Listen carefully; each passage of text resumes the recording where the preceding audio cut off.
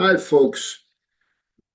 This is Yoga Matt of Yoga Matt Speaks. Um, you listen to television and everything seems to be totally insane. I don't understand why we weren't taught properly, but we weren't. You wonder what the educational system is really all about. You wonder what going to a religious service is really all about, because is anybody really learning anything? For the most people, no.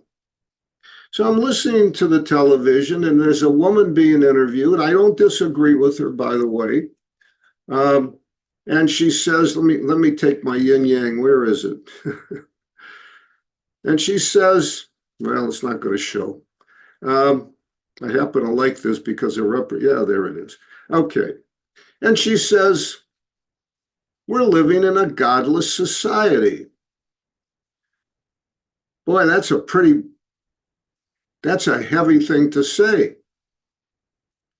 And I thought about that, and I thought about it, and I thought about it, and I tell you, most people would say, that's right. We're living in a godless society. But are we? The answer is no. We're not living in a godless society. We believe we've disconnected, but we believe we are living in a godless society. In the universal prayer that I say on some of the videos, it says, God is the indweller of all beings.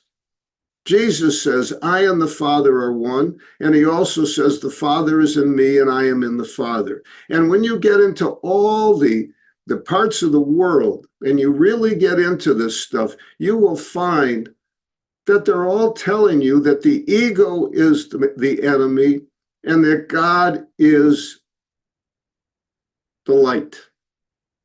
That's why I say move into the light. So if God is the indweller of all beings, if God is in me and I am in God, then what's it all about? What's going on? I'm going to talk about in the next couple of videos about religion and what the purpose of religion is. So I will tell you, if you think you're disconnected or if you feel you're disconnected from God, I guess you're on all kinds of medication. You're not following any of the rules of the game of life. You're just really disconnected. But in yoga, they teach you something different. First of all, every one of us is a ray of God, a spark of God, a drop of water that goes into the ocean, and then you can't distinguish the difference. If you take a vase and you have the vase, and then if the vase is empty, in the center of the vase is air, and then you break the vase goes back into where you can't distinguish the difference. It just goes into the atmosphere. So in yoga, they say this: you have to remove the grime. You have to remove what's covering it up, that you don't know it's there. You've covered it up and covered it up, truthfully, with all kind of garbage food, with listening to the wrong people, with allowing the ego to take over your life. You've covered it up with all kinds of medication. You've never, I guess, sat in a room in quiet time. And you just covered it up, and it's covered up and covered up and covered up. Well, there's a real reason why I teach yoga, way beyond just the exercise. The exercise is the side benefit. And yes, yoga exercise called the asanas, yoga asanas, absolutely slow the aging process down. There's no question about it. But if that were the only reason, would yoga be around for 5 to 10 to 15,000 years? Yoga means oneness. We are one with God. The whole experience that you see through the senses is one with God. In fact, if you really stop and think about it, everything that you see is nothing but a bunch of cells. That's the expression, in my opinion, ashes to ashes, dust to dust. You take a tree, it's so big and beautiful and tall. And when the tree is dead and you burn that tree, there's a small amount of ashes that's left.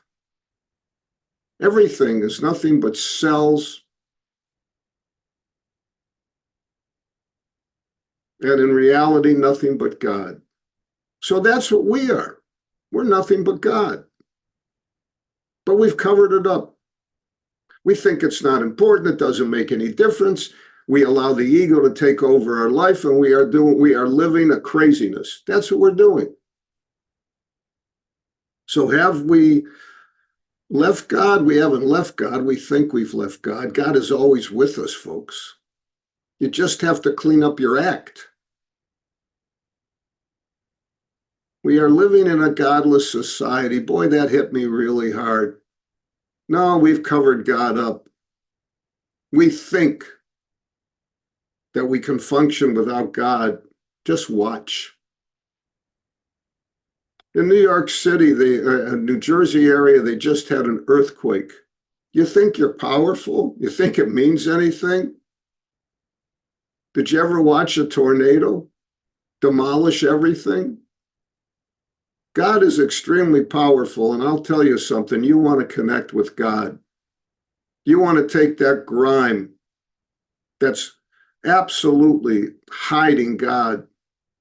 You want to take it and you want to get rid of it. That's why I teach yoga. That's exactly why I teach yoga, because yoga brings you back to the point where you start to move into the light. And when you move into the light, I guarantee you that you will be a vegetarian. It's a guarantee, because you're going to say, why am I eating a dead animal? Why would I kill an animal?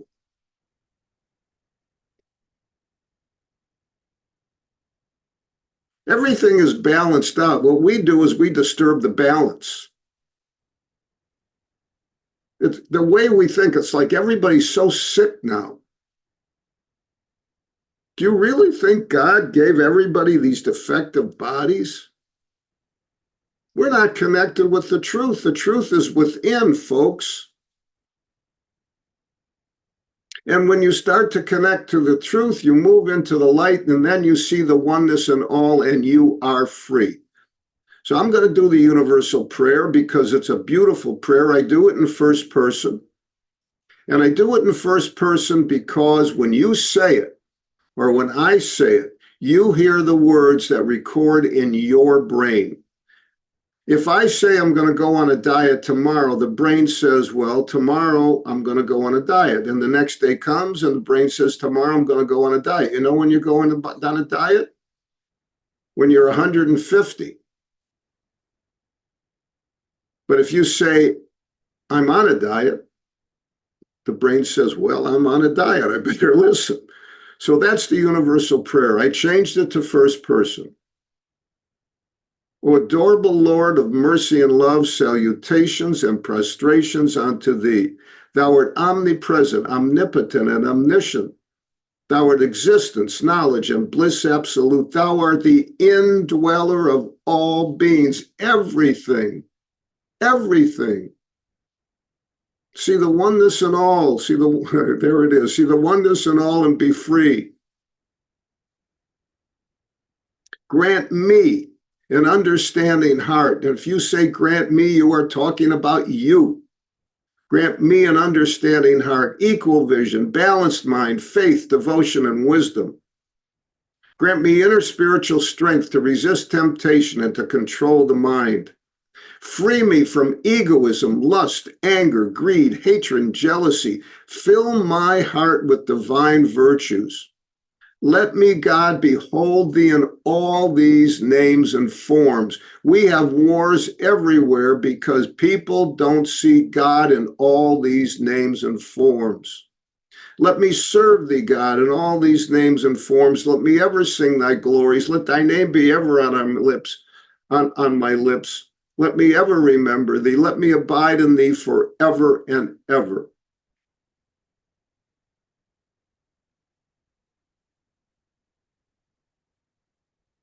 As Jesus would say, peace be with you.